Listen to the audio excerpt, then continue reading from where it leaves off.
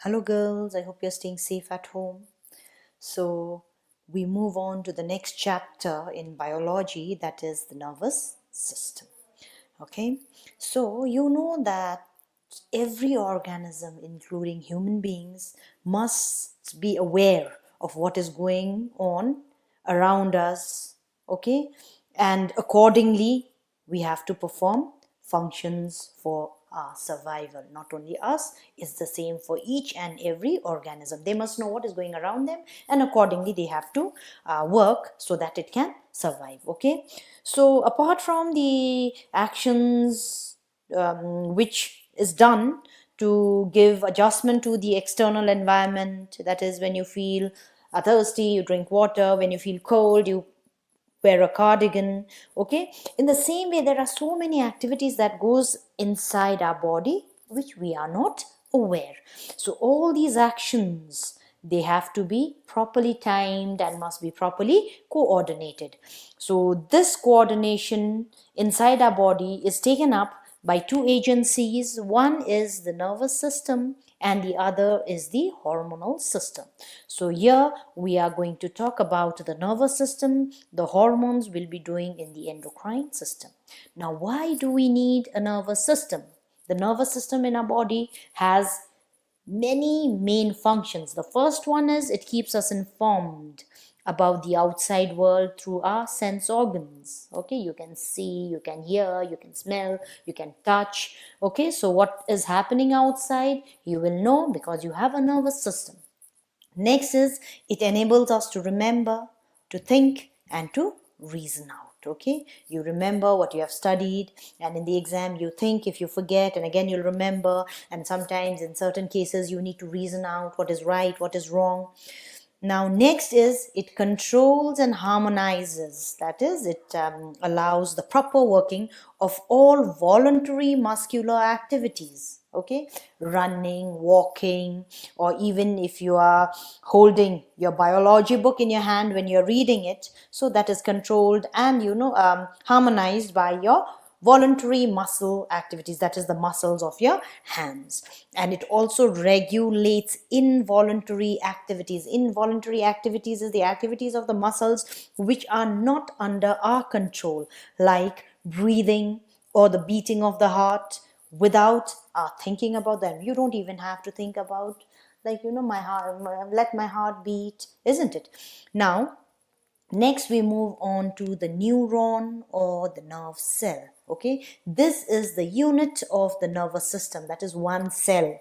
Okay, so our nervous system is actually made up of brain, spinal cord, sense receptors, that is which picks up what is happening, and a whole lot of nerves which carries messages to and from the brain. Okay, now when we talk about the brain, it is the main part of the nervous system, and even the spinal cord made up of neurons or nerve cells. Okay, so neurons you have already done previously, since you started learning about living organisms, the nervous system, you have been doing the neurons. So let us now learn about the structure of the neuron. A neuron has three main parts: the cell body, also known as perikaryon or cytone, the dendrites surrounding the cell body, okay, and a long axon which radiates out from the cell body. As you can see, the cell body has a prominent nucleus which is surrounded by cytoplasm. So since this is a cell, it has all the cell organelles that a normal cell has except for centrosome.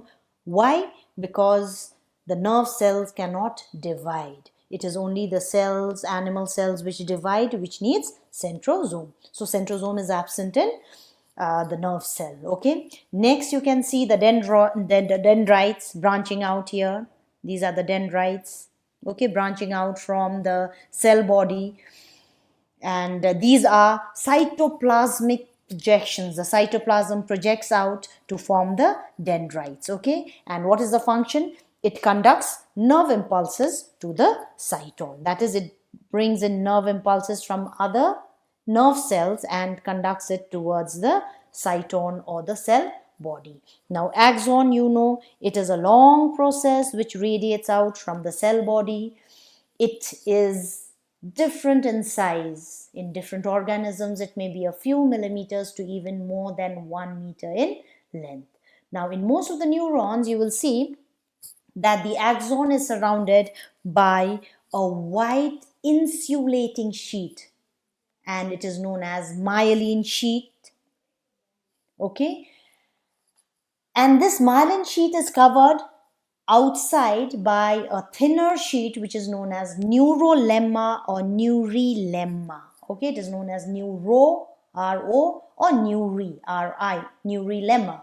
The myelin sheets in the middle, you can see, shows gaps, and it shows sausage-like shape. So these are the constrictions in the middle, show gaps throughout the length, and the gaps are known as nodes of Ranvier, and you'll see nucleus in the axon as well. Now, in some cases, you will see that axons will have side branches, and they are known as collaterals, like coming out from here. Okay, these are known as collaterals, but it is not shown here. The end portion, you can see, of the axon have swollen end-like bulbs. So these ends are known as bulbs, okay, which store certain chemicals called neurotransmitters. So what do you find in the bulb? You find neurotransmitters, which are chemical substances. Now axon terminals are closely placed near the dendrites. So this is one cell. So it is more or less like this, supposing just a rough diagram. Okay, goes down like this. Dendrite is there. So axon ending is here. Here again there is another. So these axon endings are next to another nerve cell, and the axon endings and the dendrites of the next nerve cell are lying very close to each other, but they do not touch. Okay, and this gap between the axon ending and the dendrites of another nerve cell is known as a synaptic cleft or a synapse. We'll be talking more about it. There are some basic terms in the nervous system which you need to keep in mind. First is the stimulus. When we talk about a stimulus, we are talking about some agent or a sudden change in the external or internal environment that results in a change in an organism or any of its body parts. Next is the response.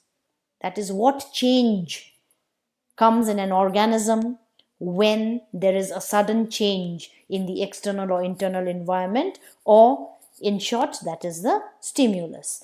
Now, next is impulse. Impulse is a wave of irritability, that is an electrical disturbance that moves over the nerve cell. Next is receptors. Receptor means to receive. The specialized epithelial cells which receives the stimulus. After receiving the stimulus, it sets up waves of impulses towards the central nervous system. Central nervous system means the brain and the spinal cord. Next are effectors, that is which effect the muscles or glands, which on receiving the impulse from the brain or spinal cord, it contracts or secretes substances. Supposing you touch a hot object. The hot object is the stimulus. What will your response be? You'll immediately remove your hands. Okay, so when you touch the hot object, your receptors, okay, that is your fingertips, maybe you've touched the hot object with your fingertips, that is the receptor, it will set up an impulse, that is a wave of irritability which will start moving in the neuron, and it will move towards the central nervous system, that is towards your brain, and then the muscles of your hands are asked to contract and pull back by the brain. Okay, so that is how it works. Now, next is transmission of the nerve impulse. In a normal or resting condition, the outer side of the nerve fiber carries a positive charge, which is known as a polarized state. So here you can see, children, this is in a resting phase. Okay, this is a polarized nerve cell, okay, or a nerve fiber. Now the polarization is due to more sodium ions outside. So there are more sodium ions outside than inside the axon membrane. Now supposing on stimulation, that is a stimulus, you touch the hot object, the axon membrane at that spot, say the tip of your finger, okay, it becomes more permeable to sodium ion. So what happens here, you can see there has been an exchange of ions. The negative has gone outside, positive has come inside. Okay, it moves inwards and cause a loss of polarization. So this region has become depolarized. Okay, so this is known as the excited region. Why? Because there has been an exchange of ions. So the point of depolarization becomes, so this much will become the stimulus for the next region. The remaining region you can see there in the resting phase. Okay, so and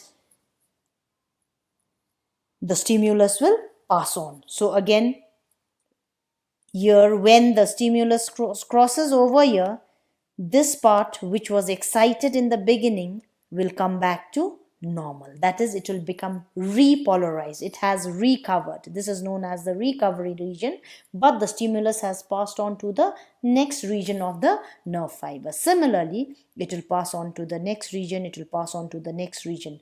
So it will be depolarized and then it will be repolarized again. Okay, so finally this continues till it reaches the central nervous system, and this transport from one point to another point is done by what is known as a sodium pump, and it uses energy, and energy in our body is in the form of ATP, that is adenosine triphosphate. So remember, children, conduction of nerve impulse is a wave of depolarization which is followed by repolarization. Okay, now next we move on to the synapse. So as I already told you, synapse is a point of contact between the terminal branches of the axon of a neuron with the dendrites of another neuron, and they do not touch. There is a gap in between.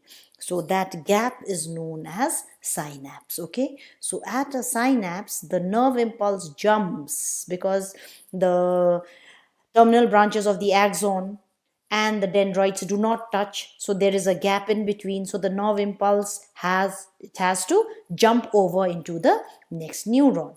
So this is actually a chemical process. So what happens as it reaches the terminal end of the axon? Remember, the bulb of the axon branches, it contains a neurotransmitter. I had told you when I was talking about the axon.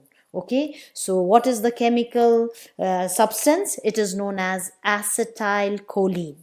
So that acetylcholine is released when the nerve impulses reaches the tip of the axon, the bulb of the axon. So this acetylcholine, it sets up a new impulse in the dendrites of the next neuron, that is, which lies next to the axon endings. Okay, so the chemical is soon broken down by an enzyme to make the synapse ready for the next transmission. So as soon as the impulse jumps over with the help of acetylcholine, the acetylcholine just disintegrates there, and again the synapse is ready for the next transmission. Now the different types of neurons, there are 3 different types of neurons. First is known as sensory neurons. As the name tells you, sensory means it senses. That means it senses the impulse and it passes on or conveys the impulse from the receptor, that is the sense organ, to the main nervous system, that is the brain or the spinal cord. Next, motor neurons. Motor neurons, what do? They carry the impulse from the main nervous system to an effector, the muscle or the gland. Okay, and association or connecting neurons are found in the brain and the spinal cord, that is the main nervous system, and they interconnect, that is they lie in between the sensory and the motor neuron. That means you can see the sensory will bring the message to the brain, and the motor neurons will take the message away from the brain towards the muscles where it is supposed to act. So here you can see the sensory neuron. Okay, supposing this is the skin, you feel the heat, and then the direction of the conduction, it goes in here. Okay, then passes on to the next neuron. Okay, and then there is an association neuron between the sensory neuron and the motor neuron, association neuron, which lies in the brain or the spinal cord, and from there the message is sent back to the muscle or gland, how it is supposed to react. What carries the message from the brain to the muscle or the gland? It is the motor neuron. Okay, now what are nerves? Nerves are nothing but it is a bundle of nerve fibers, that is the axons, one bundle, okay, of separate neurons, and it is enclosed in a tubular sheet. Okay, so axons are the long sausage shaped part of the neuron. Okay, so these axons bundle together and they are put inside a tubular sheet. So nerves are thread-like white structures which come out from the brain and the spinal cord, and then they will move on to all different parts of the body. Now when we talk about a nerve, you can compare it to an underground electric cable. Now underground electric, huge cable, if you open it, you will see so many different wires bunched together inside one big wire. Okay, so in the same way, they are insulated from each other. So axons, you know, they are already insulated by the neurolemma and the myelin sheet, so that the impulse will not move from one axon to another axon. So the myelin sheet of the axon is an insulation and prevents mixing up of impulses in the other axons. Okay, now again there are three kinds of nerves. Just like the different types of neurons, we have sensory nerves, which contains only sensory fibers which bring some pulses from the receptors, that is from the sense organs, from the skin, eye, nose, mouth, ears. Okay, and it takes it to the brain or spinal cord. Example is the optic nerve coming from the eyes and ending in the brain. Okay, it gives a sensation of sight. Next is motor nerves, which contains motor fibers, that is carries impulses from the brain or spinal cord to an effector organ. It may be a muscle or a gland to bring them into action. And then of course always there is mixed nerves. Mixed means both sensory and motor fibers are present together. Example is a spinal nerve. Axons of a neuron bundle up to form a nerve.